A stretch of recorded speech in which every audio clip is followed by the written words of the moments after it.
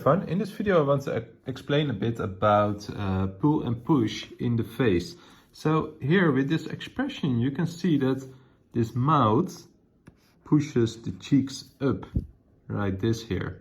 So that's a bit like when you're drawing clothing. For example, if you have a piece of cloth that is stretched, it's getting pulled by this side and this side.